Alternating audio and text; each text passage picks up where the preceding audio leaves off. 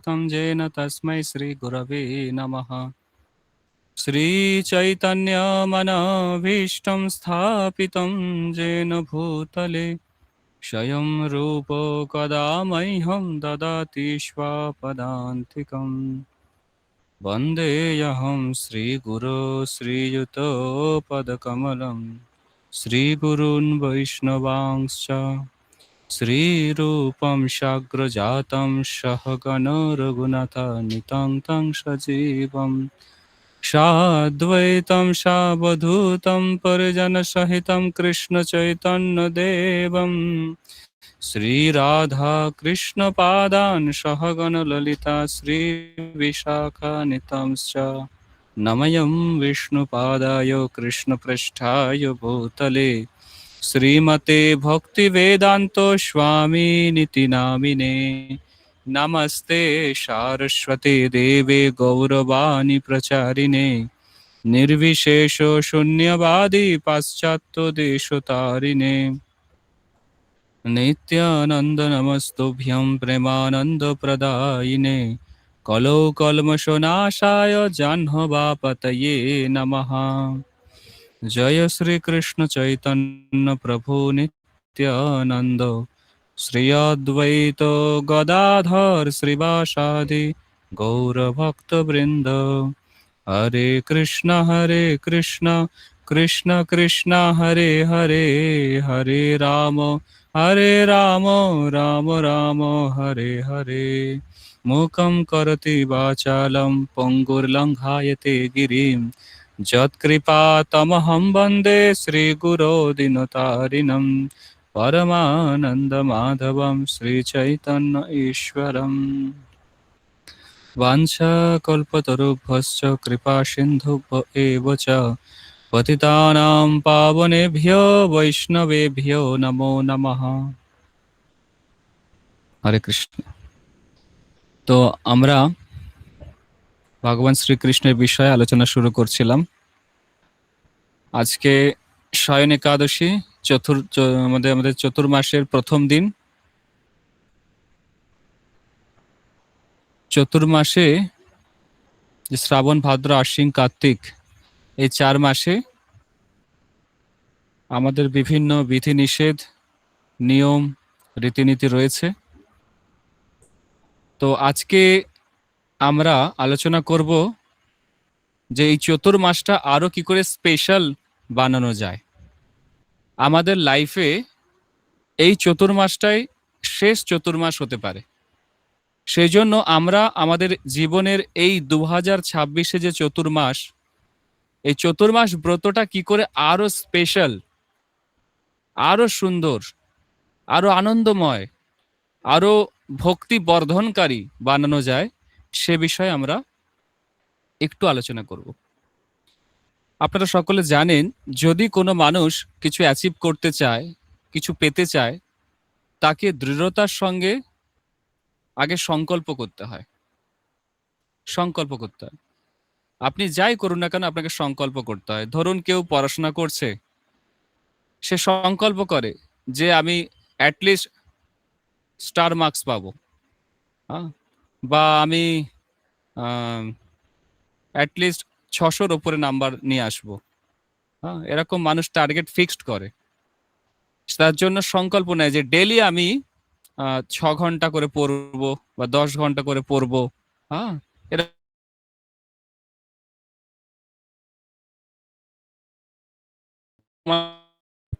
ধরুন কেউ চায় যে একটা বড় বাড়ি বানাতে চায়, হ্যাঁ, এটা তার গোল। তার জন্য কি সংকল্প নেয়, দেখো মানুষ দিনের বেলা প্রায় টাইম ওভার টাইম করে করে আমি পয়সা রোজগার করব, সে সংকল্প নেয়। ধরুন কেউ চায় যে নেতা হতে, এমএলএ এমপি হতে, সে কি সংকল্প নেয়, না আমি যাই হয়ে যাক কখন এই দলকে ছেড়ে দেব না, হ্যাঁ, এবং আমি সঙ্গে সবসময় চেষ্টা করব কি করে সফল হওয়া যায়। তো প্রত্যেকটা বিজয়ী মানুষের, সার্থক মানুষের পিছনে, হ্যাঁ, একটা কঠোর, একটা দৃঢ় সংকল্প থাকে। বিজনেসম্যান হতে পারে, শিক্ষাবিদ হতে পারে, কোনো দার্শনিক হতে, কবি হতে,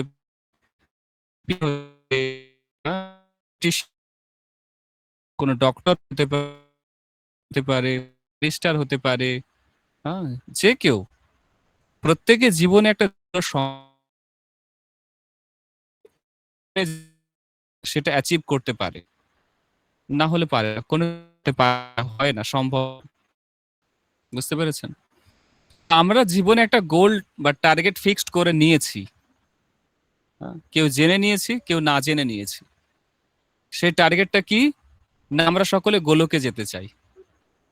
গোলক বৃন্দাবনে আমরা সবাই যেতে চাই। এটা আমাদের জীবন। তো সেই গোলটা অ্যাচিভ করার জন্য কিছু সংকল্প করতে হবে। কি সংকল্প নেবেন? যেমন আপনারা অলরেডি সংকল্প নিয়েছেন অনেকে যে ডেইলি ১৬ মালা জপ করব। ডেইলি আমরা আর্লি মর্নিং ঘুম থেকে উঠব। অন্তত ৪টের সময় ঘুম থেকে উঠব। ব্রহ্ম মুহূর্তে স্নান করব, তিলক আচমন করব, মঙ্গল আরতি অ্যাটেন্ড করব, তুলসী আরতি করব, একাদশী করব, যতদিন বেঁচে থাকবো প্রতিদিন গীতা পড়ব। এগুলো আমরা সংকল্প করেছি, অলরেডি করেছি এবং সেগুলো আমরা করছি, তাই না? কিন্তু ভগবান কখনো কখনো আমাদেরকে আরো ভক্তি জীবনে আরো অ্যাডভান্স করানোর জন্য ভগবান কিছু কিছু ডিসকাউন্ট দেয়, কিছু কিছু এমন এমন সুযোগ নিয়ে আসে যে সুযোগটা যদি আমরা নিতে পারি তাহলে আমরা অনেক দূর এগিয়ে যাব। যেমন সাপ লুডো দেখেছেন? সাপ লুডো খেলা যে মাঝে মাঝে সিঁড়ি আসে, সেই সিঁড়িতে যদি আপনি চলে যান তো হঠাৎ করে 40 থেকে আপনি 100-তে পৌঁছে যেতে পারেন। এরকম সাপ লুডোতে আছে। সেরকমই ভগবান কিছু কিছু আমাদের জীবনে ওরকম মই এনে দেন, মই।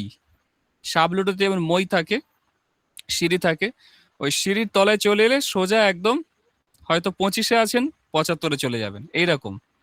তো সেরকমই চতুর্মাস হচ্ছে আমাদের জীবনে সেই রকম একটা আধ্যাত্মিক প্রগতি সিঁড়ি, যার মাধ্যমে আমরা অনেক প্রগতি করতে পারি। যেমন আমি একজন ভক্তের থেকে শুনছিলাম, সে বলছিল ভক্তি জীবনটা অনেকটা গেমের মতো। বাচ্চারা গেম খেলে না? লেভেল 1, লেভেল 2, লেভেল 3, লেভেল 4, তারপরে জিতে যায়। হ্যাঁ? সেরকম ভক্তি জীবনে মানে এটা একটা গেমের মতো ধরা যেতে পারে। যেমন লাইক ওয়ান, মানে এরকম হতে পারে কি লেভেল 1, লেভেল 1, লেভেল 1 এরকম ধরা যেতে পারে যে 4টে নিয়ম পালন করছে, ১৬ মালা জপ করছে, সাধু সঙ্গ করছে। এটা লেভেল 1। মাছ মাংস ছেড়ে দিয়েছে। হ্যাঁ? 4টে নিয়ম পালন করছে মানে সে মাছ মাংস খায় না। জিনিস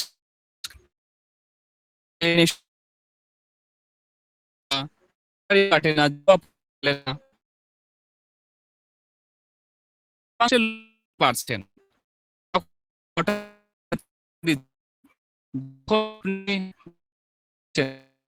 লেভেল 1 আপনি ১৬ জব কিছু জিনিস মানে যে যে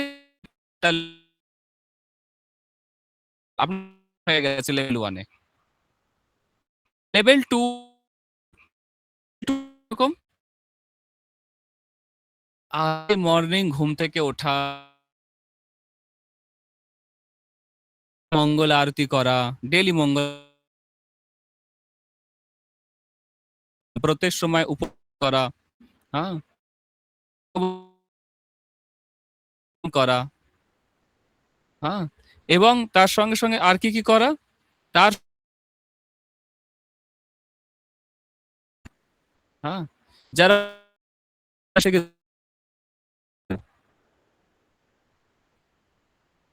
এই গেছেন। লেভেল 2 পার ৩য় স্তরে চলে গেছেন।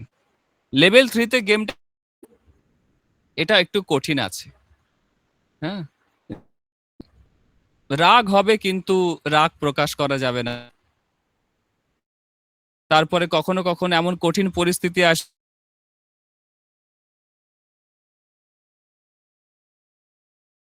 হ্যাঁ? দয়া করা, সবার প্রতি করুণা থাকা, সবাইকে ক্ষমা করা। ভুল করবে ক্ষমা করতে হবে। তারপরে হয়তো আপনার জীবনে এরকম সিচুয়েশন এলো যে ফ্যামিলির লোক আপনাকে ভক্তি জীবনে সাপোর্ট করছে না। হ্যাঁ? আত্মীয়স্বজন বা আপনার জীবনে অনেক রকম অবস্টিকেলস আছে, সেই সময় আপনি কিরকম মানসিকতা রাখছেন, এটা হচ্ছে লেভেল 3। লেভেল 3, যে আমরা রেগে যাওয়ার সময় রাগছি কিনা। হ্যাঁ, ক্ষমা করা যায় না, তবু আমরা ক্ষমা করে দিচ্ছি কিনা। হ্যাঁ, বুঝতে পারছেন? ধরুন কোনো সময় এরকম লোভনীয় জিনিস আমাদের সামনে চলে এলো, যেটা ভক্তি জীবনে খাওয়া উচিত নয়। হ্যাঁ, কিন্তু আমরা অনেক সময় খেয়ে ফেলি, তার মানে সেটা আমরা ফেল করে গেলাম। লেভেল 3-তে গেমটা এরকম হয়। ধরুন রসগোল্লা দিচ্ছে। হ্যাঁ, ধরুন আমরা একটা প্রচারে গেছি, সেখানে আমাদের রসগোল্লা দিচ্ছে। তো রসগোল্লাটা আমরা জানি এটা নন ডিভোটি, যারা অভক্ত তারা বানিয়েছে। আর যারা অভক্ত তারা ভক্তি সহকারে বানায়নি, আর যে ভক্তি সহকারে বানায়নি তার জিনিস ভগবান গ্রহণ করে না। সুতরাং সেটা যদি আমরা গ্রহণ করি, পাপ গ্রহণ করার মতোই সমান ফল হবে। আমরা জড়জাগতিক মানুষের মতো আচরণ করে ফেলবো। হ্যাঁ, অনেক জায়গায় আমাদেরকে অনেক কিছু খেতে দেয়, যেগুলো ভগবান গ্রহণ করে না। বাজার থেকে যে সমস্ত জিনিস পাওয়া যায় সেগুলো ভক্তদের গ্রহণ করা উচিত নয়, কিন্তু আমরা যদি সেগুলো খেয়ে ফেলি তার মানে আমরা হেরে গেলাম। লেভেল 3-তে আমরা হেরে গেলাম। ধরুন একজন একটা ভক্ত ফুচকা বিক্রি করছে, তিলক পরে আছে, গলায় তুলসী মালা পরে আছে, ফুচকা বিক্রি করছে। তো আমাদের খেতে ইচ্ছা করছে, কিন্তু আমরা যদি না খাই আমরা জিতে গেলাম, আর যদি খেয়ে ফেললাম তার মানে আমরা হেরে গেলাম। বুঝতে পারছেন? ধরুন একজন ভক্ত মানে একটা চপের দোকান খুলেছে, সে সেখানে চপ ভাজছে। হ্যাঁ, এবং সেই চপগুলো বিক্রি করছে। তো আমরা মনে করছি ভক্তের দোকান, তো কিনে খেয়ে নিই। যদি আমরা কিনে খেয়ে নিই তার মানে আমরা হেরে গেলাম লেভেল 3-তে। আর যদি আমরা না খাই তার মানে আমরা জিতে গেলাম। ঠিক আছে? ধরুন আপনি ভক্ত, আপনি রাস্তা দিয়ে যাচ্ছেন, কেউ এরা সারাক্ষণ হরিনাম করে, এরা কোনো কাজ করে না, শুধু শুধু এরা পরের মাথায় বসে বসে খায়। হ্যাঁ, তারপরে এরা সমাজে কোনো কাজ করে না, কাউকে শিক্ষা দেয় না, এত ইয়াং জেনারেশনে ভক্ত হয়ে গেছে কাজ করার ভয়ে। এরকম যদি বলছে, আপনাকে মানে উত্তেজিত করছে, আপনি সেই সময় যদি তাকে ক্ষমা করছেন, শান্ত আছেন, তার মানে বুঝতে হবে আপনি ভক্তি জীবনে এগোচ্ছেন এবং আপনি লেভেল 3 জিতে গেছেন। বুঝতে পেরেছেন?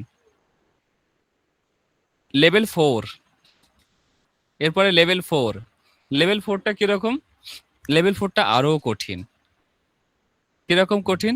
ধরুন আপনার সঙ্গে কেউ শত্রুতা করছে, কেউ আপনাকে মারার চেষ্টা করছে, কেউ আপনাকে প্রাণে মেরে দেওয়ার চেষ্টা করছে, কেউ হয়তো মানে আপনার ক্ষতি চাইছে, কিন্তু আপনি তার মঙ্গল চাইছেন। আপনি যদি মানে প্রত্যুত্তরে তার ক্ষতি চান, তার মানে বুঝতে হবে আপনি লেভেল 4 ফেল করে গেছেন। কেউ আপনার ক্ষতি চাইছে, আপনার বদনাম করছে, আপনাকে প্রাণে মেরে দিতে চাইছে, সেই অবস্থাতেও আপনি তার মঙ্গল চাইছেন, তার ভালো চাইছেন, তার জন্য ভগবানের কাছে প্রার্থনা করছেন। এটা হচ্ছে লেভেল 4। লেভেল 4-এ তার মানে আপনি জিতে যাবেন। বুঝতে পেরেছেন? যে ভগবানের ভক্ত হয় তার বৈশিষ্ট্য হচ্ছে তিতিক্ষা বা কারুণিকা সুহৃদ সর্বদেহিনাম অজাত শত্রব শান্তা সাধব সাধু ভূষণা। যে ভগবানের ভক্ত হবে সে তিতিক্ষাবা, মানে সবকিছু সহন করতে পারবে, গাছের মতো সহনশীল হবে। কারুণিকা, যার হৃদয়ে অনেক করুণা সবার প্রতি। হ্যাঁ, তারপরে কি বলছে? সুহৃদ সর্বদেহিনাম, সবার ভালো সবার ভালো চাইবে, শুভাকাঙ্ক্ষী হবে, সবার শুভাকাঙ্ক্ষী হবে। এবং অজাত শত্রুব, যার কোনো শত্রু থাকবে না, বা যে কাউকে শত্রু বলে মনে করবে না। শান্ত, মানে যে সবসময় শান্ত থাকবে।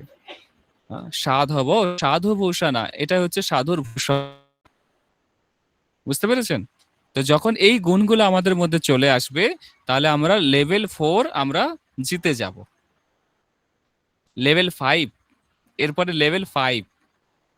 লেভেল 5টা কিরকম? লেভেল 5 হচ্ছে জব তো আমরা করছি, গ্রন্থ তো পড়ছি, কিন্তু কতটা সিরিয়াসলি করছি। জব করার সময় আমরা ঘুমিয়ে পড়ছি কিনা, জব করার সময় আমরা কথা বলছি কিনা, জব করার সময় আমরা মোবাইল ঘাঁটছি কিনা। বুঝতে পেরেছেন? বা আমরা ধরুন গ্রন্থ পড়ছি, গ্রন্থ পড়ার সময় আমরা আহ কথা বলছি কিনা, অন্যমনস্ক হচ্ছে কিনা।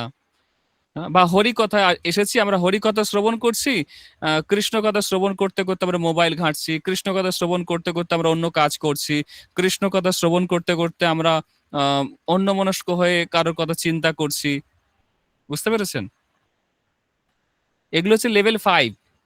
লেভেল 5 এ আমাদের কেমন পরীক্ষা আসবে? কঠিন পরীক্ষা আসবে। হ্যাঁ, আরো কঠিন পরীক্ষা আসবে। হ্যাঁ, যে আপনি জব যখন এক জায়গায় বসে এক মনে শান্তভাবে এবং কারোর সঙ্গে কথা না বলে জব করছেন, গ্রন্থ পড়ার সময় এক মনে গ্রন্থ পড়ছেন, হরিকথা শোনার সময় ফোনটাকে সাইলেন্স রাখছেন যাতে ফোন এলেও আমার বিরক্ত না হয় বা হরিকথায় কোনো ডিস্টার্ব না হয়। হ্যাঁ, বা হরিকথা শোনার সময় কোনো কারো কথা মনে করছেন না, কোনো কিছু ভাবছেন না, এক মনে শোনার চেষ্টা করছেন। হুম, তখন কি হবে?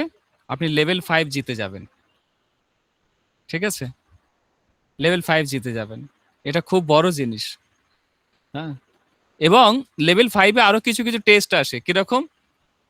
যেমন আপনি ধরুন মোবাইলে YouTube এ অনেক ভিডিও আসছে বা অনেক কিছু লেকচার আসছে। অন্যান্য সম্প্রদায়, অন্যান্য মঠ মন্দির, অন্যান্য বাবাজি বা আরো অন্যান্য যে আ সম্প্রদায় আছে, তাদেরও অনেক ক্লাস আসে, তাদের মন্দিরের ছবি দেখা, অনেক কিছু হয়। আমরা নিজের সম্প্রদায়ের প্রতি আনুগত্যশীল আছি কিনা এটা টেস্ট হয়। আমরা অন্য কিছুর প্রতি আকর্ষিত হচ্ছি কিনা। যদি আকর্ষিত হই তার মানে আমরা হেরে গেলাম। বুঝতে পারছেন? আমাদের সম্প্রদায়ের প্রতি আমাদেরকে আনুগত্যশীল থাকতে হবে। শিল প্রভুপাদ এবং ব্রহ্মমধ্যীয় গৌড়ীয় গুরু পরম্পরার প্রতি আমরা আনুগত্যশীল আছি কিনা। অনেকে এমন আছে যারা ইসকন ছেড়ে চলে গেছে। তারা ইসকনের মুড মিশন ভালোভাবে বুঝতে পারেনি। তারা প্রভুপাদের শিক্ষাধারা ভালোভাবে বুঝতে পারেনি, চলে গেছে। এটা লেভেল 5। বুঝতে পেরেছেন? এবং এই লেভেল 5 এ মানুষ ভাবতে শুরু করে আমি অনেক বড় ভক্ত। হ্যাঁ? আপনি অনেক আপনি জব করছেন, মঙ্গল আরতি করছেন, শাস্ত্র অধ্যয়ন করছেন, তখন অহংকার আসবে। যদি এই অহংকারকে আপনি জিতে নিতে পারেন, অহংকারটা কি করে নষ্ট হবে? মিনিয়াল সার্ভিসেস, বাথরুম পরিষ্কার করা, ঘর ঝাঁট দেওয়া, হ্যাঁ? তারপরে হচ্ছে ভগবানের মন্দির মোছা দেওয়া মানে পোছা লাগানো বা একদম মিনিয়াল যে সমস্ত যে সেবাগুলো করলে কেউ অত আপনাকে প্রশংসা করবে না, যে সেবাগুলো করলে কেউ জানতে পারবে না। হয়তো বেসিনটা অনেক নোংরা হয়ে গেছে, বেসিনটা পরিষ্কার করে দিলেন। ঠিক আছে? এইগুলো হচ্ছে লেভেল 5, যে এই সেবাগুলো করলে আপনার অহংকার নষ্ট হবে। কোন ভক্তের জুতো একটু অপরিষ্কার হয়েছে, সেই জুতোটা একটু পরিষ্কার করে দেওয়া। হ্যাঁ? ঠিক আছে? এমন অনেক কিছু আছে যেগুলো কেউ খেয়াল করে না। হ্যাঁ? মন্দিরের দরজা জানলাগুলো একটু মুছে দেওয়া। কেউ মোছে না, আমি একটু মুছে দিলাম। তো এগুলো করলে কি হবে? এটা কেউ দেখছে না কিন্তু ভগবান দেখছে। এগুলো করলে আমরা যে শাস্ত্র অধ্যয়ন করছি, আমাদের যে জ্ঞান আছে, এই জ্ঞানের কারণে যাতে অহংকার না হয়, তার জন্য আমাদের সেবা করতে হবে। বুঝতে পেরেছেন? তো আ আমি একটা খুব সুন্দর একটা উদাহরণ দিচ্ছি। আমাদের গৌরাঙ্গ প্রভু উনি আমাদের শ্রী শ্রীমৎ রাধানাথ স্বামী মহারাজের শিষ্য, সিনিয়র ডিসাইপল, অনেক পুরনো ভক্ত, আইআইটিয়ান উনি। আর এবং উনি একবার উনার ভাগবত পড়তে এত ভালো লাগতো, প্রচুর ভালো লাগতো। উনি দরজা বন্ধ করে ভাগবত পড়তো যাতে উনাকে কেউ ডিস্টার্ব না করে। তো একবার কি হয়েছে, একজন দরজা ঠকঠক করছে। তো উনি রেগে গেছেন প্রচন্ড। কে, কে করে চিৎকার করছে। তারপরে ওনার গুরুদেব বলছে যে, "আমি, রাধানাথ স্বামী।" তো উনি দরজা খুলে বলছে, "আরে গুরুদেব আপনি?" বলছে, "হ্যাঁ, আমি।" "কি করছো?" হ্যাঁ, "হোয়াট আর ইউ ডুইং?" তো উনি বলছে, "আমি ভাগবত পড়ছিলাম।" তো বলছে, "ঠিক আছে ভাগবত পড়ছো। ভাগবত পড়লে তুমি ভগবানকে জানতে পারবে। কিন্তু আমি চাই তুমি ভগবানকে উপলব্ধি করো। সেজন্য চলো তুমি আমার সাথে।" তো ওনাকে ধরে উনি ভগবানের কিচেনে নিয়ে গেলেন, ভগবানের রান্নাঘরে। বললেন, "তুমি রান্না করো ভগবানের জন্য। তাহলে তুমি ভগবানকে অনুভব করতে পারবে, উপলব্ধি করতে পারবে।" হ্যাঁ? তো এইটা হচ্ছে আমাদের গৌড়ীয় পরম্পরার শিক্ষাধারা। এটা হচ্ছে লেভেল 5। শুধু শাস্ত্র অধ্যয়ন করে জ্ঞান অর্জন করলে হবে না, আমাদেরকে কিছু সেবা করতে হবে। যাতে এই কোনো অহংকার আমাদের হৃদয়ে না আসে। ঠিক আছে? যাতে বড় ভক্ত বলে আমাদের কখনো অভিমান না হয়। ঠিক আছে? অনেকে অনেক প্রণাম করবে, অনেক প্রশংসা করবে, হ্যাঁ? কিন্তু সেইগুলো হজম করতে হবে। সেগুলো সঙ্গে, সঙ্গে গুরুদেবের কথা মনে পড়ছে কিনা নাকি এরকম মনে হচ্ছে যে আমি খুব ভালো ভক্ত। এটা লেভেল 5। যদি আপনি আপনার অহংকারকে জয় করতে পারছেন, তার মানে আপনি লেভেল 5 জিতে গেলেন। হ্যাঁ? ঠিক আছে? এরপরে লেভেল 6। লেভেল 6 কি? অনেক বছর জপ হয়েছে, অনেক বছর ভক্তি করার পরেও, হ্যাঁ, যখন ভগবানের প্রতি ভগবানকে আপনি অনুভব করতে পারছেন বা কিছু, তখন মায়াদেবী পরীক্ষা নেয় কিছু। হ্যাঁ, যেমন হরিদাস ঠাকুরের কাছে মায়াদেবী এসেছিলেন। তো মায়াদেবী সাক্ষাৎ পরীক্ষা নেবে, সেই পরীক্ষাতে উত্তীর্ণ হতে হবে। ধরুন আপনি ভক্ত, আপনার কাছে এমন একটা চাকরির সুযোগ এসেছে, যে চাকরিটায় বলছে আপনাকে কণ্ঠি খুলে চাকরি করতে হবে, আপনার মাইনে দেব 1,00,000 টাকা। বুঝতে পেরেছেন? এরকম মায়াদেবীর পরীক্ষা। পরশুদিন একজন ভক্ত আমাকে বলছে যে, "প্রভু আমার একটা চাকরির সুযোগ এসছে। তো সেই চাকরিটা বলছে আমাকে এত সেলারি দেবে, কিন্তু আমার কণ্ঠি খুলে যেতে হবে।" ও বলছে যে, "আমি কণ্ঠি খুলবো না, আমার চাকরির দরকার নেই।" বলে চলে এসেছে। আমি তখন বললাম যে, "তুই অনেক বড় পরীক্ষা জিতে গেছিস, মায়াদেবীর পরীক্ষা।" তো এরকম যে মায়াদেবী অনেক পরীক্ষা নেয়। ঠিক আছে? এরকম হতে পারে ধরুন আপনি ভক্ত, হ্যাঁ? আপনাকে হয়তো কেউ এরকম প্রপোজাল যে, "আপনি তো ভক্ত, প্রভু আপনি আপনি আমাদের মন্দিরে কাজ করুন, আপনাকে কিছু লক্ষ্মী দেওয়া হবে।" হুম? লক্ষ্মী দেওয়া হবে। এটা একটা পরীক্ষা মায়াদেবীর। কোন ভক্তের জীবনে পরীক্ষা একেক রকম আসে। একেক রকম পরীক্ষা আসে। আ ভয়ংকর, ভয়ংকর পরীক্ষা আসে। বুঝতে পেরেছেন? সে ভগবান জানে আমাদের হৃদয়ে কি অনর্থ আছে, সেই অনুযায়ী পরীক্ষা আসবে। আ বুঝতে পেরেছেন? তো সেইজন্য খুব সতর্ক থাকতে হবে আমাদেরকে। এমন একটা চাকরি এলো হয়তো, আ ধরুন আপনি সকালে জব করেন, আপনার এমন একটা চাকরি এলো যে সকালেই আপনাকে চলে যেতে হবে। জব করার সময় পাচ্ছেন না। এটা মায়াদেবীর পরীক্ষা। আ এগুলোতে খুব সতর্ক থাকতে হবে। ঠিক আছে? এই পরীক্ষাতে পাস করতে হবে। এছাড়া তো আরো কঠিন, কঠিন পরীক্ষা আছে মায়াদেবীর। হুম? এরপরে লেভেল 7। লেভেল 7 টা কি? মায়াদেবীর পরীক্ষা হয়ে যাওয়ার পরে যখন আপনি ভগবত ধামে যাওয়ার জন্য প্রস্তুতি নেবেন, সেই সময়, হ্যাঁ, একটা পরীক্ষা হয়। ঠিক আছে? সেই পরীক্ষাটাতে পাস করা আরো কঠিন। বুঝতে পেরেছেন? তো সেটা আমি বলব।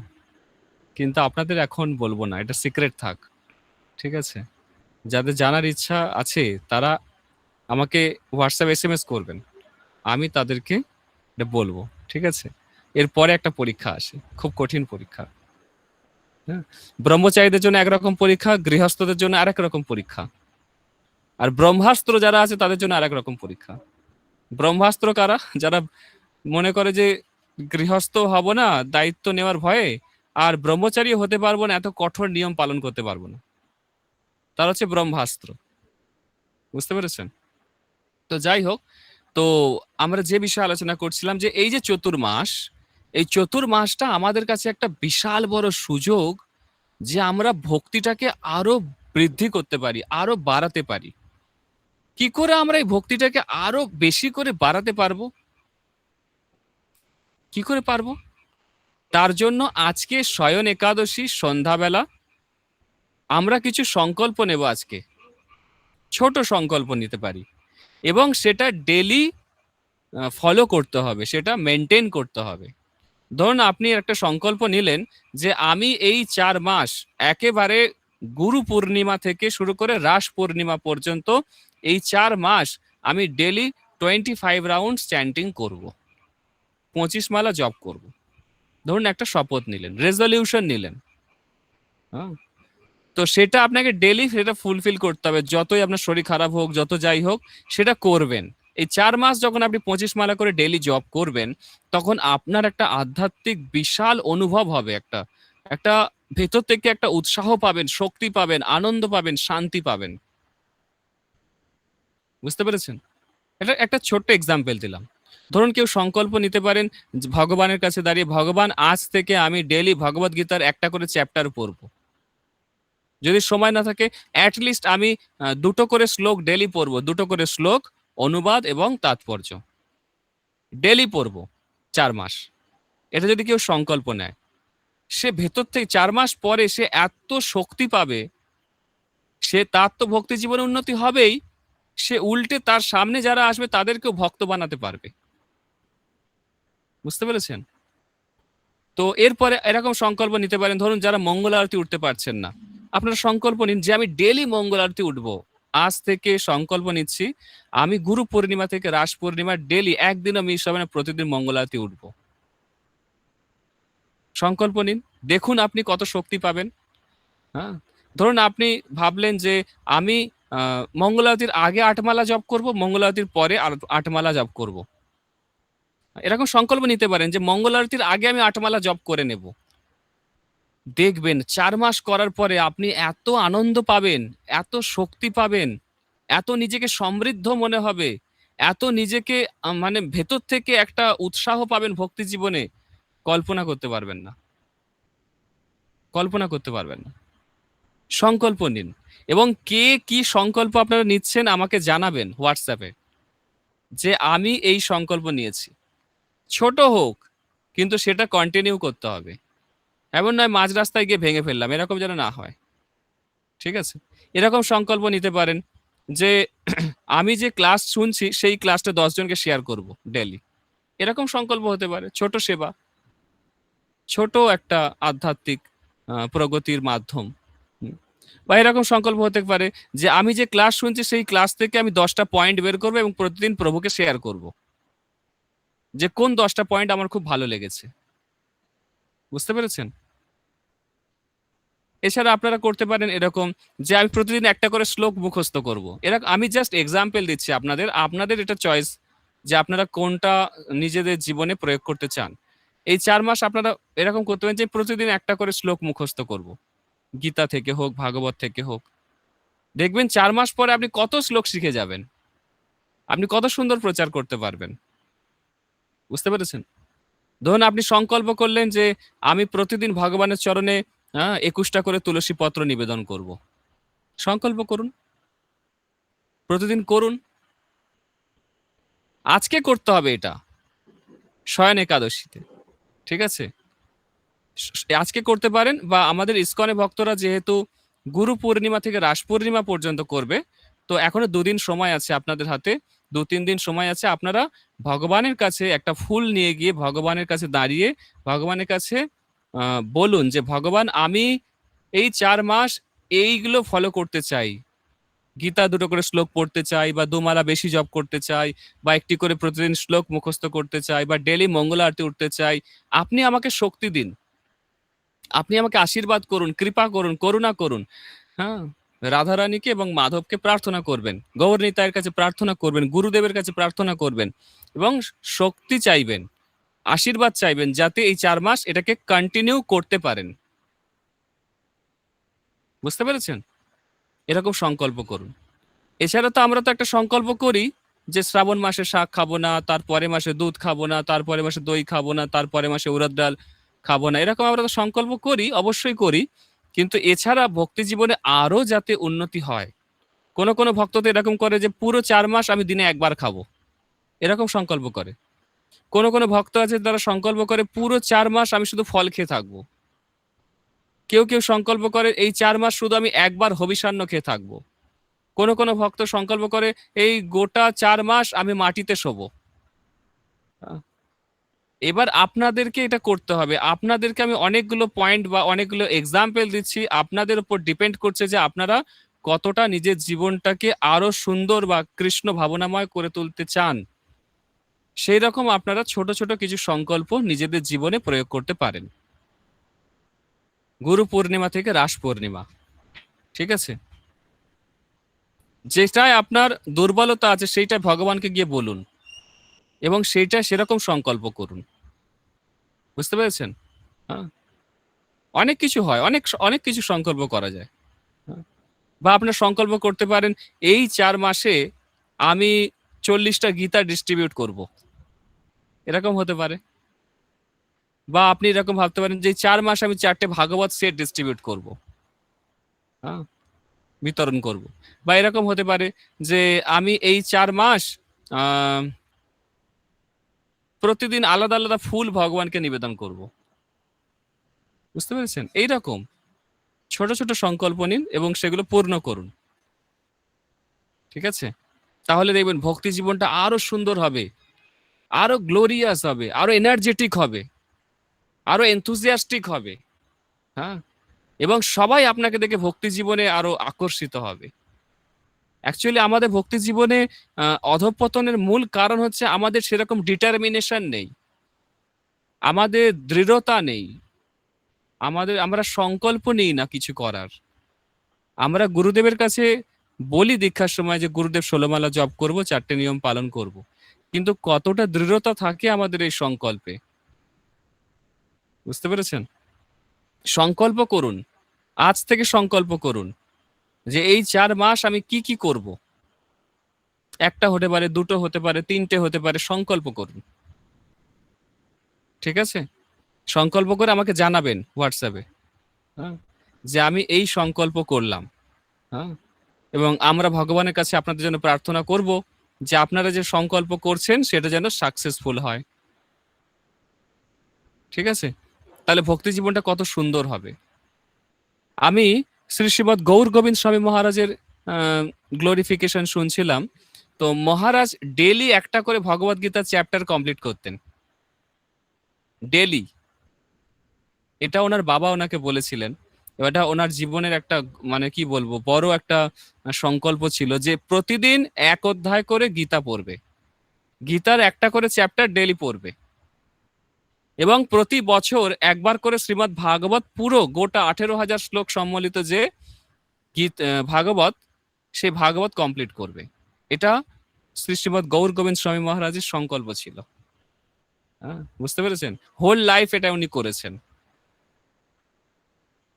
তো এরকম যারা অনেক উন্নত মানের ভক্ত হয়েছে বা হবে, তাদের জীবনটা যদি আপনারা দেখেন, দেখবেন তারা অত্যন্ত ডিটারমাইন্ড, তাদের সংকল্প, তাদের দৃঢ়তা অত্যন্ত মানে শক্তিশালী।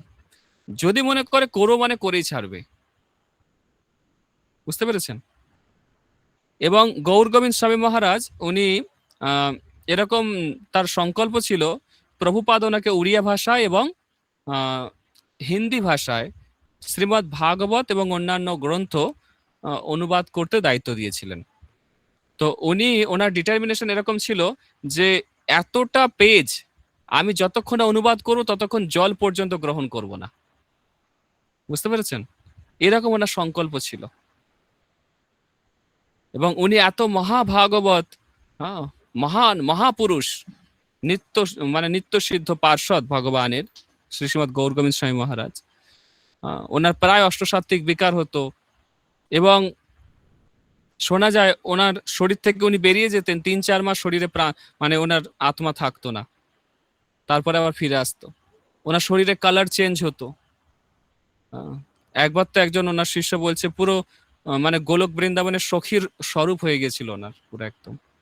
আহ, এরকম বহু ওনার লীলা আছে।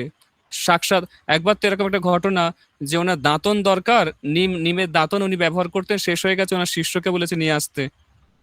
তো হঠাৎ কিছুক্ষণ পরে ওনার শিষ্য আসে, ওনাকে দাঁতন দেয়, অনেক, মানে এক বান্ডিল দাঁতন। তো জিজ্ঞেস করে যে তুমি এত তাড়াতাড়ি চলে এলে? তো সে বলছে পেয়ে গেলাম তাড়াতাড়ি। তারপরে বিকেল বেলায় দেখছে অনেক দূর থেকে তার ওই শিষ্যটাকে দেখা যাচ্ছে, আসছে, এসে বলছে গুরুদেব কোথাও আমি নিমের দাঁতন খুঁজে পেলাম না, নিম গাছই খুঁজে পেলাম না। বলছে তুমি তো দিয়ে গেছো আমাকে সকালে। বলছে না, আমি তো দিয়ে যাইনি। পরে মহাপ্রভু স্বপ্ন দিচ্ছে আমি আমি ছিলাম। তো স্বয়ং ভগবান মহাপ্রভু, গৌরাঙ্গ মহাপ্রভু, তিনি গৌরগোবিন্দ স্বামী মহারাজকে নিমের দাঁতন কেটে দিয়ে যেতেন। এইরকম নিত্য সিদ্ধ পার্ষদ ছিলেন উনি। কি করে এরকম হতো? কি করে এরকম এত বড় ভক্ত হলেন? ওনার সংকল্প অনেক দৃঢ় ছিল। বুঝতে পেরেছেন? ভগবানের সঙ্গে ডিরেক্ট কথা বলতে পারতো। একবার তো ওনার এক ভক্তকে, মানে ওনার শিষ্যকে উনি টেলিফোন করেছেন, বলছে তুমি আজকে গোপালকে পায়েস ভোগ লাগাওনি? বলছে হ্যাঁ গুরুদেব, প্রতিদিন ভোগ লাগে, আজকেও লাগিয়েছি। বলছে ভালো করে খবর নাও। বলছে দেখছি গুরুদেব। তো যারা রান্না করেছে তারা জিজ্ঞেস করলো, বললো না না, আজকে ভোগ লাগানো হয়নি পায়েস, আজকে পায়েস ভোগ লাগানো হয়নি, যে গোমাতার দুধ দিয়ে যায়, যে গোয়ালা, সে দিয়ে যায়নি আজকে। বলছে এই রে, আমি গুরুদেবকে বললাম দিয়েছি, আমি ভোগ লাগিয়েছি, আমি খেয়াল করিনি, কিন্তু গুরুদেব বিদেশে প্রচার করছে আর সে জেনে গেল। হ্যাঁ, এইটা হচ্ছে মানে ডিরেক্ট কানেকশন ভগবানের সঙ্গে। হ্যাঁ, ভগবান বলে দিয়েছে গোপাল যে আমাকে আজকে ক্ষীর ভোগ লাগায়নি, পায়েস দেয়নি। তো গুরুদেব ফোন করেছে তার শিষ্যকে। তো এইরকম হটলাইন কানেকশন ভগবানের সাথে, এটা কখন হবে? যখন আমাদের সংকল্প অনেক দৃঢ় হবে। বুঝতে পেরেছেন? অনেক দৃঢ় সংকল্প থাকতে হবে। তো আমাদের সংকল্প আমরা করে দিই। আমরা অনেক কিছু ত্যাগ করেছি। আমরা মাছ, মাংস ত্যাগ করেছি, নেশা ত্যাগ করেছি, জুয়াপাশা ত্যাগ করেছি, অবৈধ সঙ্গ ত্যাগ করেছি, অনেক কিছু ত্যাগ করেছি। আমরা লেভেল 1 পাস করে গেছি। কিন্তু level 2, level 3, level 4, level 5, level 6 এসব আছে। এসব পাস করতে হবে। সবার শেষে মায়াদেবীর পরীক্ষা। হ্যাঁ, বুঝতে পেরেছেন? এবং মায়াদেবীর পরীক্ষার পরেও আবার একটা পরীক্ষা থাকে। বুঝতে পেরেছেন? কি পরীক্ষা সেটা? সেটা সারপ্রাইজ। সেটা আমি পরে বলবো। ঠিক আছে? আর আরেকটা বিষয়, যে আমরা ভক্তি জীবনে আরো দৃঢ়তার সঙ্গে যদি আমরা এগোতে চাই, আমাদেরকে ভগবানের বিষয়ে অনেক বিস্তারিতভাবে জানতে হবে। বুঝতে পেরেছেন? অনেক বিস্তারিতভাবে জানতে হবে। তবে আমরা ভগবানের প্রতি আরো আকর্ষিত হতে পারবো। হ্যাঁ? যেমন আমরা গত ক্লাসে আমরা বলছিলাম যে ভগবানের রূপ কেমন হয়। ভগবান কত সুন্দর দেখতে। ভগবানের চোখগুলো পদ্ম ফুলের পাপড়ির মতো। ভগবানের যে মাথার চুল সেগুলো কোঁচকানো কালো রঙের। ভগবানের গায়ের রং হচ্ছে তমাল গাছের গায়ের রঙের মতো। কেউ বলছে জল ভরা মেঘের মতো গায়ের রং। হ্যাঁ? বুঝতে পেরেছেন? আবার ভগবানের নাভিতে, নাভি, চোখের ওপরের অংশ, পায়ের তলায়, হাতের চেটো, এই সমস্ত অংশগুলো পিঙ্কিশ কালার, মানে গোলাপি রঙের। হ্যাঁ? ভগবানের নখগুলো দেখে মনে হয় যেন হাজার হাজার চাঁদ তাদের সৌন্দর্য ফেল হয়ে যাচ্ছে। হ্যাঁ? বুঝতে পারছেন? এত সুন্দর ভগবানের রূপ, দিব্য স্বরূপ। এবং সেই ভগবান কত কৃপালু, কত দয়ালু, সেটা আমাদেরকে জানতে হবে। না হলে আমরা কখনো কৃষ্ণের প্রতি আকর্ষিত হতে পারবো না। আর সেই জন্য আমরা শুরু করছি কৃষ্ণ লীলা। এখন থেকে জন্মাষ্টমী পর্যন্ত শ্রীমদ্ ভাগবতের দশম স্কন্ধে যে 90টা অধ্যায় আছে, সেই 90টা অধ্যায় থেকে আমরা প্রতিদিন একটু একটু করে আলোচনা করব যে কৃষ্ণ কত শক্তিশালী, কত মহান, কত বীর এবং কত উদার, কত বড় বৈরাগী, কত ধনী, কত ওনার মানে অপুলেন্স, সরৈশ্বর্যপূর্ণ পরম পুরুষোত্তম ভগবান। ভগবান মানে যার মধ্যে 6টা ঐশ্বর্য পূর্ণ রূপে বিদ্যমান, যে সব থেকে সুন্দর দেখতে, যে সব থেকে বেশি জ্ঞানী, যে সব থেকে বেশি শক্তিশালী, হ্যাঁ, তারপরে যে সব থেকে বেশি ধনী। হ্যাঁ, এরকম 6টা গুণ আছে ভগবানের মধ্যে। বুঝতে পেরেছেন? এটা একমাত্র ভগবানের মধ্যেই আছে। ভগবান পূর্ণ জ্ঞানময়, ভগবান পূর্ণ মানে তার ঐশ্বর্য তার থেকে বেশি আর কারণ নেই। ভগবান সব থেকে বেশি শক্তিশালী, সব থেকে বড় বীর। ভগবানের থেকে বীর আর কেউ নেই। ভগবান সব থেকে সুন্দর, ভগবানের থেকে সুন্দর আর কেউ নেই। বুঝতে পেরেছেন? ভগবান সব থেকে বড় বৈরাগী, ভগবানের থেকে বড় বৈরাগী আর কেউ নেই। এরকম 6টা গুণ আছে। সেই 6টা গুণ শুধুমাত্র ভগবানের মধ্যে পূর্ণরূপে, কৃষ্ণের মধ্যে পূর্ণরূপে বিদ্যমান। ওই জন্য যে 64 কলা আছে, এই 64 কলা বলা হয় ব্রহ্মার মধ্যে 50টি কলা বিদ্যমান। কলা মানে আবার কাঁঠালি কলা, বর্তমান কলা বুঝবেন না যেন। কলা মানে হচ্ছে গুণ, গুণ। বুঝতে পেরেছেন? কোয়ালিটি। তো ব্রহ্মার মধ্যে 50টি কলা বিদ্যমান, শিবের মধ্যে 55 কলা বিদ্যমান, বিষ্ণুর মধ্যে 60খানা কলা বিদ্যমান, আর একমাত্র কৃষ্ণের মধ্যে 64 কলা বিদ্যমান। 4টি কলা বেশি, 4টি ঐশ্বর্য ভগবানের মধ্যে বেশি। কি কি? বেণু মাধুর্য, লীলা মাধুর্য, রূপ মাধুর্য, গুণ মাধুর্য, ভগবানের মধ্যে 4টি বেশি। বুঝতে পেরেছেন? ভগবান কৃষ্ণ এত সুন্দর সুন্দর লীলা করে সবাইকে আকর্ষিত করেন। বুঝতে পেরেছেন? সবাইকে আকর্ষণ করার জন্য ভগবান বিভিন্ন লীলা করেন। ছোটবেলায় কৃষ্ণ যখন বৃন্দাবনে রয়েছে, তখন একবার কৃষ্ণ একটা গোপীর বাড়িতে গিয়ে মাখন চুরি করছে। হ্যাঁ, সেই গোপীর নাম হচ্ছে প্রভাবতী। হ্যাঁ, প্রভাবতী গোপী, সে গোপীর বাড়িতে গিয়ে কৃষ্ণ মাখন চুরি করছে।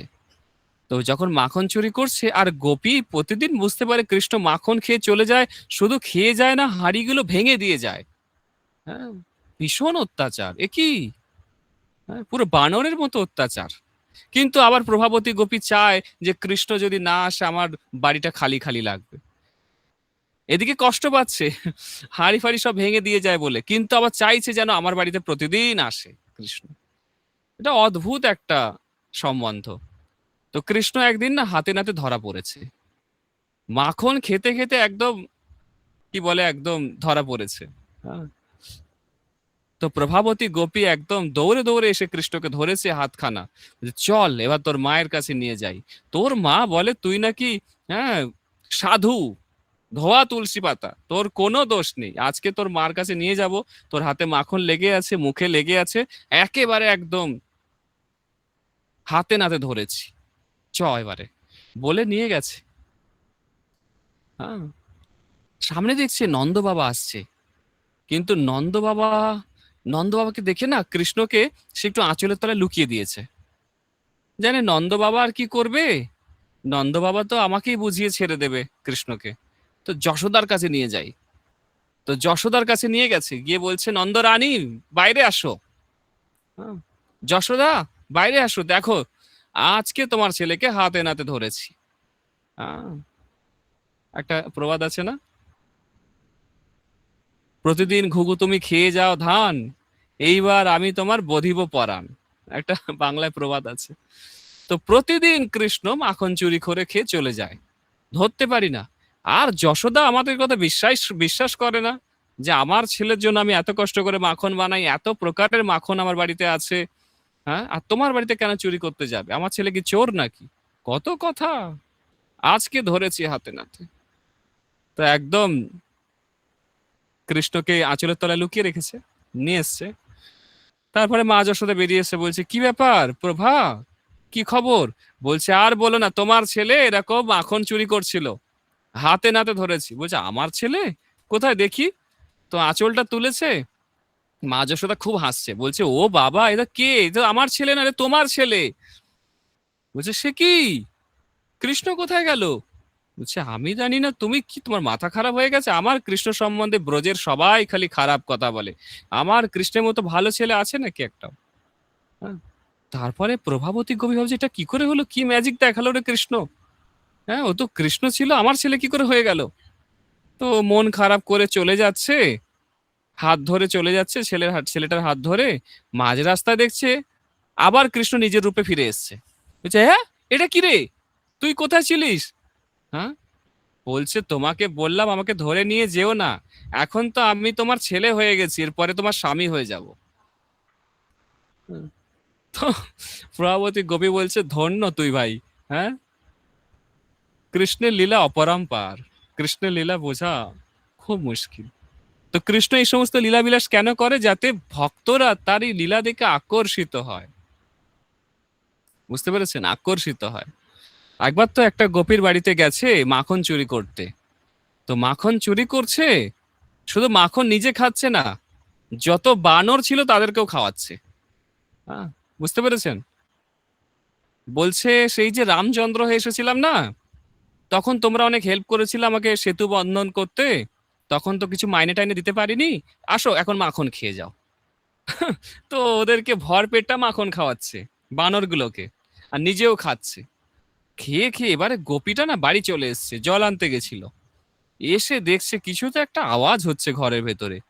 গিয়ে দেখছে কৃষ্ণ আছে, শ্রীদাম আছে, সুদাম আছে, মধুমঙ্গল আছে।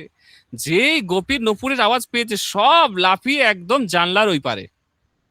আর মধুমঙ্গল তো ব্রাহ্মণ ঘরের ছেলে, তার মাথায় একটা শিখা আছে, ভুঁড়িটা অনেক বড়, সে জানলা দিয়ে আর গলে পালাতে পারেনি, ভুঁড়িটা আটকে গেছে।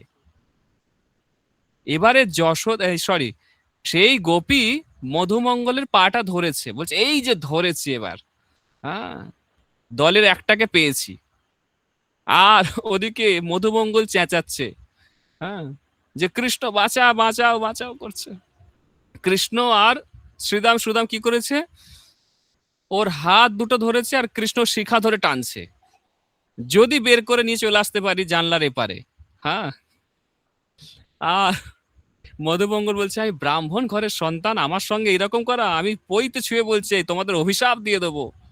বলতেই কি হয়েছে, কৃষ্ণ ছেড়ে দিয়েছে আর ধপাস করে ওদিকে উল্টে গিয়ে পড়েছে মধুমঙ্গল, আর সেই গোপীও ধপাস করে পড়ে গেছে আর সবাই পালিয়ে গেছে। হ্যাঁ, এরকম সুন্দর লীলা, এই সমস্ত লীলা কৃষ্ণ করে ব্রজে, বৃন্দাবনে। হ্যাঁ, সবাইকে সবার মানে মনোরঞ্জনের জন্য।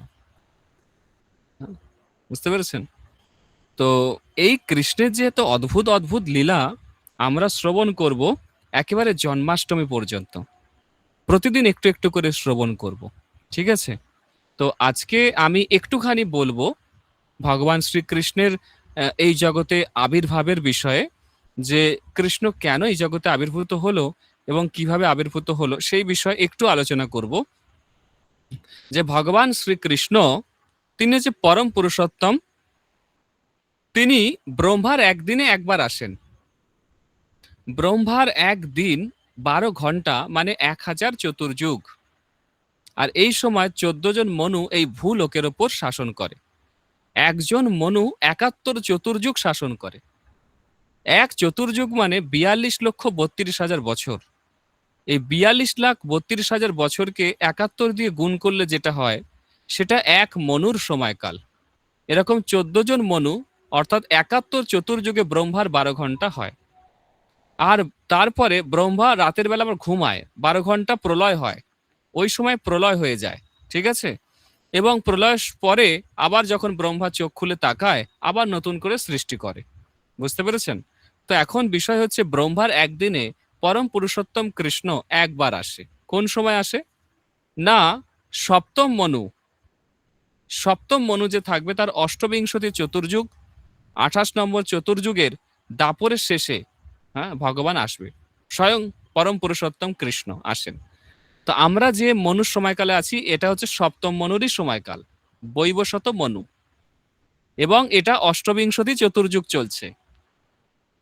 মাত্র আহ, প্রায় 5300 বছর আগে স্বয়ং কৃষ্ণ এসেছিলেন। হ্যাঁ, এবং এখন কলিযুগ চলছে। বুঝতে পেরেছেন? তো ব্রহ্মার একদিনে স্বয়ং পরম পুরুষোত্তম কৃষ্ণ একবার আসে। তো উনি এসেছিলেন। ভগবান এমনি এমনি আসেন না, অনেকগুলো কাজ একসাথে করার জন্য আসেন। বুঝতে পেরেছেন? কি কারণে ভগবান এসেছিল? অনেকগুলো কারণ আছে। কিছু মুখ্য কারণ আছে, কিছু গৌণ কারণ আছে। হ্যাঁ, প্রথমে গৌণ কারণগুলো আমরা একটু আলোচনা করে নিই। কি কি গৌণ কারণ আছে? প্রথম গৌণ কারণ হচ্ছে, পৃথিবী দেবী, ধরিত্রী দেবী, আমাদের যে 7 জন মা আছে না, আপনারা সকলে জানেন আমাদের 7 জন মা আছে। হ্যাঁ, কে কে? নিজের জন্মদাত্রী মা, তারপরে ধরিত্রী মা, তারপরে ধাত্রী মা, ধাই মা, তারপরে কি বলছে, গাভী মাতা, রাজার স্ত্রী, ব্রাহ্মণের স্ত্রী, এবং এবং কে, গুরুদেবের স্ত্রী, গুরুপত্নী। তো এরকম 7 জন মা আছে আমাদের। তো ধরিত্রী দেবী গোমাতার রূপ ধারণ করে কোথায় গিয়েছিলেন? ব্রহ্মার কাছে, প্রজাপতি ব্রহ্মা। এই যে ব্রহ্মাণ্ডের প্রথম সৃষ্ট জীব হচ্ছে প্রজাপতি ব্রহ্মা, যার জন্ম হয়েছিল ভগবান গর্ভদক্ষায় বিষ্ণুর নাভি থেকে। ওনার কোনো মা নেই, ডিরেক্ট বাবা থেকে জন্ম, নাভি থেকে বেরিয়ে এসছে একটা পদ্ম ফুল, তার উপরে জন্ম হয়েছে ব্রহ্মার। এবং ব্রহ্মাকে ভগবান দায়িত্ব দিয়েছে এই জগতে 84 লক্ষ জনির বিভিন্ন জীবরাশিকে সৃষ্টি করতে, তাদের মনোভাব এবং কর্মফল অনুসারে। বুঝতে পেরেছেন? তো যখন কারো কোনো বিপদ হয়, তখন সমস্ত দেবতারা কোথায় যায়? ব্রহ্মার কাছে যায়। তো ধরিত্রীর ওপরে, পৃথিবীর ওপরে অসুরদের অত্যাচার এত বেড়ে গেছিল, কংসের অত্যাচার এত বেড়ে গেছিল, সেই সময় ধরিত্রী দেবী, পৃথিবী, তিনি একটা গোমাতার রূপ ধারণ করে ব্রহ্মার কাছে গিয়েছিলেন। হ্যাঁ, এবং ব্রহ্মার কাছে যাওয়ার পরে তিনি তার সমস্ত দুঃখের কষ্টের কারণ বর্ণনা করলেন, যে পৃথিবীতে এত অসুরের সংখ্যা বেড়ে যাচ্ছে, আমার উপর এত অত্যাচার করছে, হে প্রজাপতি ব্রহ্মা, আমাকে রক্ষা করুন। তখন ব্রহ্মা দেখলো এটা তো আমার কাজ নয়, এটা আমি পারবো না করতে, এটা আমার সামর্থ্যের বাইরে। তখন সে কি করলো, দেবাদিদেব মহাদেবের কাছে নিয়ে গেলেন। যখন কেউ তার সামর্থ্যের বাইরে কোনো কাজ করতে চায়, ধরুন তার শক্তি যতটা তার থেকে বেশি কাজ করতে চাইছে, তখন কি হয়, সে নিজেও ডুবে যায়, তার সঙ্গে যারা আছে তারাও ডুবে যায়। বুঝতে পেরেছেন? সেই রকমই ব্রহ্মা যখন দেখলো যে এটা আমার কাজ নয়, আমি পারবো না, তখন সে কোথায় গেল, দেবাদিদেব মহাদেবের কাছে গেলেন। দেবাদিদেব মহাদেব দেখলেন এটা আমার কাজ নয়, আমিও এটা করতে পারবো না। তখন দেবাদিদেব মহাদেব, ব্রহ্মা এবং ধরিত্রী দেবী সহ সমস্ত দেবতাদের নিয়ে ব্রহ্মা কোথায় গেলেন, ক্ষীর সাগরে। ক্ষীর সাগর, যেমন আমাদের পৃথিবীতে লবণের সাগর আছে, সেরকম একটা ক্ষীর সাগর আছে মহরলোকে। মহরলোকটা কোথায়, যে রাতের বেলা যে আমরা ধ্রুব তারাটা দেখছি, এই ধ্রুব তারার চারপাশে সমস্ত ব্রহ্মাণ্ডের সমস্ত গ্রহগুলো তাকে কেন্দ্র করে ঘুরছে। যেমন সকালবেলা আমরা তুলসী পরিক্রমা করি, তুলসী গাছকে কেন্দ্র করে আমরা ঘুরি, সেরকমই ধ্রুব তারা, ধ্রুব মানে স্থির, এই ধ্রুব তারাকে কেন্দ্র করে চন্দ্র সূর্য থেকে শুরু করে সমস্ত গ্রহ নক্ষত্রগুলো ঘুরছে। আর এই ধ্রুবলোকে আছে ধ্রুব মহারাজ, যিনি পরম ভক্ত ছিল ভগবানের। এই ধ্রুবলোকে আছে ক্ষীর সাগর। এই ক্ষীর সাগরে ভগবান ক্ষীরোদক্ষায় বিষ্ণু অবস্থান করছেন, এবং সেই ক্ষীরোদক্ষায় বিষ্ণুর অবতার পরমাত্মা রূপে প্রত্যেকের হৃদয়ে রয়েছে। আমাদের সকলের হৃদয়ে পরমাত্মা রূপে ক্ষীরোদক্ষায় বিষ্ণু অবস্থান করছে, চতুর্ভুজ ভগবান, শঙ্খ চক্র গদা পদ্মধারী ভগবান। তো যখন ব্রহ্মা এই মহরলোকে যায়, তখন তিনি পুরুষোক্ত স্তোত্র করে। পুরুষোক্ত স্তোত্রটা কিরকম জানেন? আপনাদের নামহট্ট বইতে সেই পুরুষোক্ত স্তোত্রটা দেওয়া আছে, যদি আপনারা পাঠ করতে চান পাঠ করতে পারেন কখনো কখনো। এই পুরুষোক্ত স্তোত্র উচ্চারণ করে ব্রহ্মা সন্তুষ্ট করে ভগবান নারায়ণকে, কিন্তু ভগবান নারায়ণকে কেউ দেখতে পায় না। হ্যাঁ, বুঝতে পেরেছেন? আপনারা ভাববেন যে যার বাড়ি গেল তাকেই দেখতে পাচ্ছেন, এটা কি ধরনের ব্যাপার? ক্ষীরোদক্ষায় বিষ্ণু তিনি ক্ষীর সাগরে শয়ন করে থাকেন, কিন্তু যত দেবতা, ব্রহ্মা, এমনকি দেবাদিদেব মহাদেব, এরা সবাই যায় ওখানে, কিন্তু ভগবান তাদেরকে দর্শন দেয় না। দর্শন দেয় না, কাউকে দর্শন দেয় না।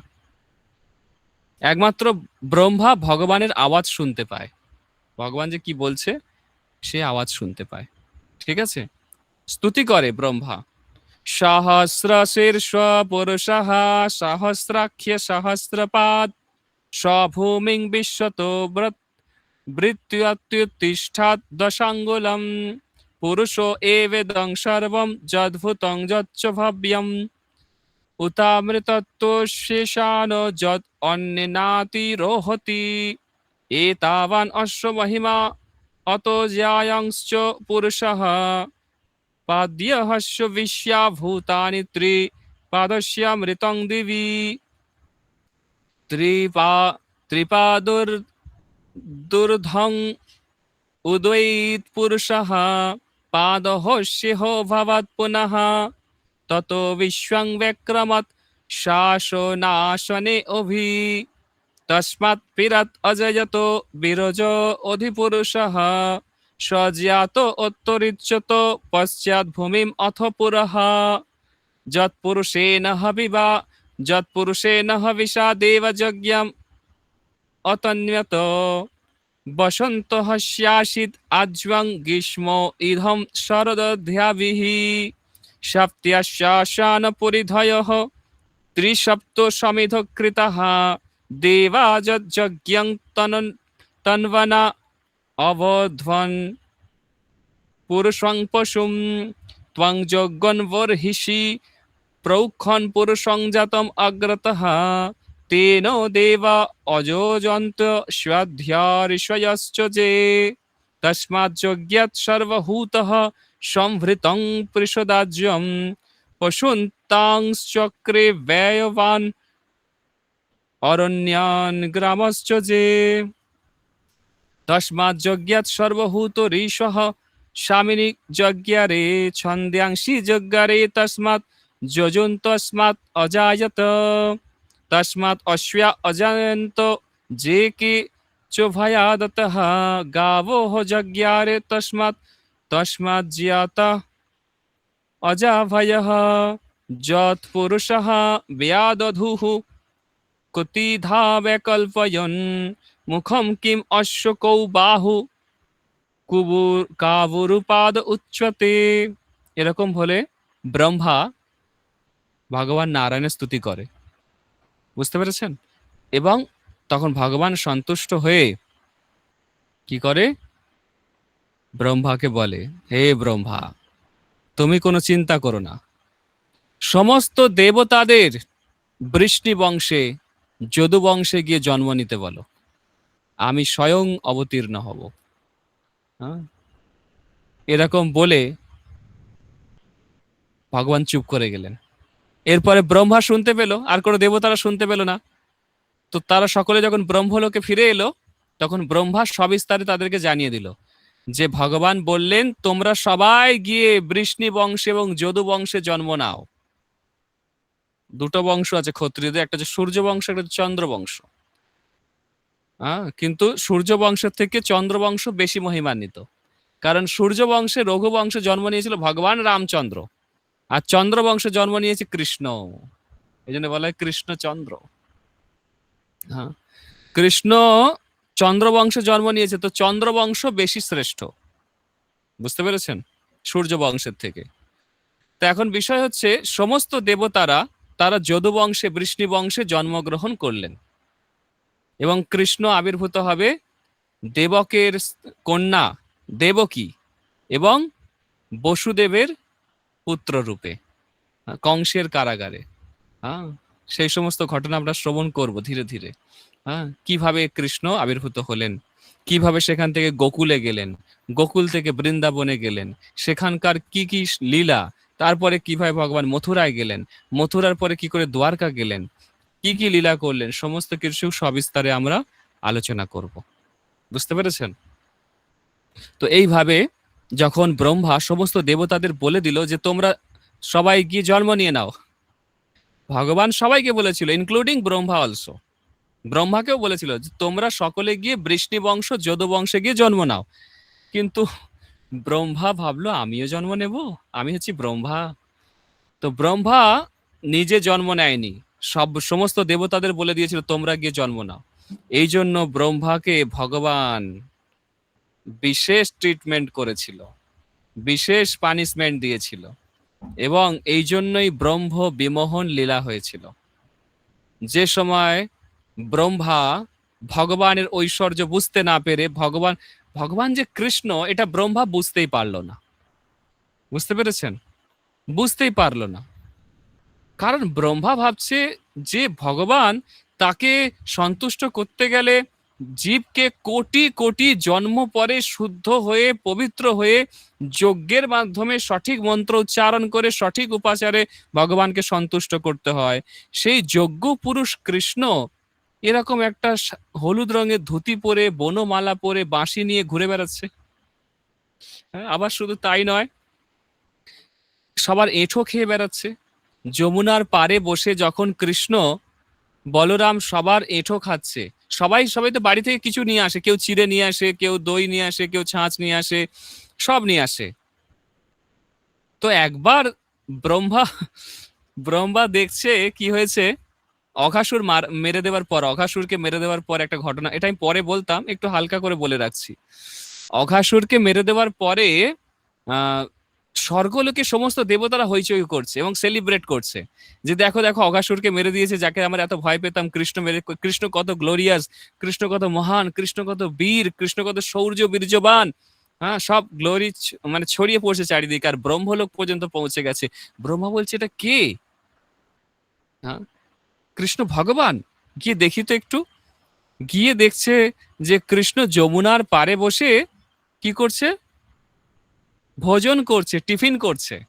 সমস্ত সখারা গোল করে বসে আছে, মধুমঙ্গল, শ্রীদাম, সুদাম, কৃষ্ণ স্তোক, হ্যাঁ, এরা সবাই বসে আছে, স্তোক কৃষ্ণ, এরা এরা সবাই বসে আছে, আর মধুমঙ্গলও বসে আছে, সবাই বসে আছে। তো সবাই কিছু না কিছু বাড়ি থেকে এনেছে, আর সবাই কৃষ্ণকে খাচ্ছে, খেয়ে বলছে এটা ভালো, এটা কৃষ্ণকে দিই বলে কৃষ্ণকে দিচ্ছে, আর কৃষ্ণ খেয়ে নিচ্ছে। ব্রহ্মা তো দেখি অবাক, যে ভগবান সে লোকের এঁঠো খাবে নাকি, উচ্ছিষ্ট খাবে, ঝুটা খাবে? কোনোদিন সম্ভব নয় এটা। কৃষ্ণ ভগবান হতে পারে না। আর একটা ঘটনা ঘটেছে, সেটা হচ্ছে মধুমঙ্গল বাড়ি থেকে নিয়ে এসেছিল ছাঁচ। ছাঁচটা কি জিনিস? না, দই বানানোর পরে দইটাকে ফেটে যখন সেটাকে মাখন বেরোয়, মাখনটা দিয়ে ঘি হয়, আর যে জলটা পড়ে থাকে ওটা হচ্ছে ছাঁচ। তো ওটা বাড়ি থেকে মধুমঙ্গল নিয়ে এসেছিল, আর কৃষ্ণকে না দিয়ে সে ঢকঢক ঢকঢক করে খেয়ে নিচ্ছে, যে যাতে দিতে না হয়, যে আমার ভাগে কম পড়ে যাবে। তো ঢকঢক করে খেয়ে নিচ্ছে, আর পুরো কৃষ্ণ না নজর পড়ে গেছে মধুমঙ্গলের দিকে, দেখছে কিছু একটা লুকিয়ে লুকিয়ে খেয়ে নিচ্ছে। তারপর দেখছি, দেখি ঘরটা, দেখি ঘটে নেই, ঘটে একটু ছাঁচ নেই, মধুমঙ্গল তুই সব খেয়ে নিয়েছিস বলে বুকের ওপর চেপে বসেছে। আর সেই সময় মধুমঙ্গল লাস্ট ঢোকটা নেবে আর কি, মুখের মধ্যে নিয়ে মুখটা ফুলিয়ে আছে। আর সেই সময় কৃষ্ণ দুই মুখের মধ্যে ধাপ করে মেরেছে, আর মুখটা থেকে খুলে মুখে যা ছিল সব বেরিয়ে একদম ফিচকিরির মতো কৃষ্ণ হাঁ করেছে, কৃষ্ণের মুখের ভেতর চলে গেছে। এটা দেখে ব্রহ্মার তো হার্ট অ্যাটাক হয়ে যাওয়ার মতো অবস্থা। হ্যাঁ, মানে একদম ও চারটে মাথা, তো চারটে মাথা পুরো বন বন করে ঘুরতে শুরু করেছে, যে এটা কি। হ্যাঁ, মধুমঙ্গলের মুখের ভেতরে ছাঁচ, মুখের মধ্যে এমন মেরেছে, মুখ থেকে বেরিয়ে ফিচকিরির মতো বেরিয়ে কৃষ্ণের মুখে পুরো। আর কৃষ্ণ খেয়ে আনন্দ পাচ্ছে, এই তো বের করেছি, একটু আদায় করতে পেরেছি। হ্যাঁ, এটা দেখে ব্রহ্মা বিমোহিত হয়ে গেছে, যে কৃষ্ণ ভগবান কি করে হয়। সেই জন্য ব্রহ্মা বিমোহন লীলা, সেটা আমি পরে আরো ডিটেলসে বলবো, যখন আমরা ক্রম অনুসারে আলোচনা করব আস্তে আস্তে। যখন সেই লীলা আসবে আমি বিস্তারিত আলোচনা করব। হ্যাঁ, যে ব্রহ্মা কিভাবে গোবৎস চুরি করলো, কৃষ্ণের সখাদের চুরি করলো, কৃষ্ণ 1 বছর কিভাবে গোপ সখা এবং গোবৎসের রূপ ধারণ করে বৃন্দাবনে ছিলেন, কি কি ঘটনা ঘটলো, সব আলোচনা করবো সেই সময়। ঠিক আছে, ধীরে ধীরে। তো আমি জাস্ট এটা আপনাদের একটু ট্রেলার দিয়ে রাখলাম। হ্যাঁ, তো দেখুন আগে আগে কি হয় কৃষ্ণলীলা। হরে কৃষ্ণ কৃষ্ণ কৃষ্ণ হরে হরে, হরে রাম রাম রাম হরে হরে। শিলা প্রভুপাদ কি জয়। কারো কোনো প্রশ্ন থাকলে আপনারা বলুন। ব্রহ্মা আহ, একবার ভগবানকে বলছে লাস্টে দিকে, যে ভগবান আমি যে ভুল করেছি ঠিক আছে, আমার দোষ আছে, আমি আপনাকে চিনতে পারিনি, কিন্তু এতে অর্ধেক দোষ আপনারও আছে। 50% আমার দোষ, 50% আপনার দোষ। কেন না, আপনি এরকম একটা হলুদ রঙের ধুতি পরে, গলায় বনমালা নিয়ে, মাথায় একটা ময়ূর পুচ্ছ নিয়ে, হাতে বাঁশি নিয়ে ঘুরে বেড়াবেন জঙ্গলে জঙ্গলে, কে আপনাকে চিনতে পারবে? কে আপনাকে চিনতে পারবে আপনি পরমেশ্বর ভগবান? তা আমার তো ভুল হবেই, স্বাভাবিক। হুম, কৃষ্ণ লীলা খুব মধুর, খুব মধুর। এই জন্য কৃষ্ণকে মধুর অষ্টকম আছে। অধরাম মধুরাম শুনেছেন আপনারা? কৃষ্ণের সবকিছু মধুর। হুম, ঠিক আছে, হরে কৃষ্ণ। কারো কোনো প্রশ্ন আছে?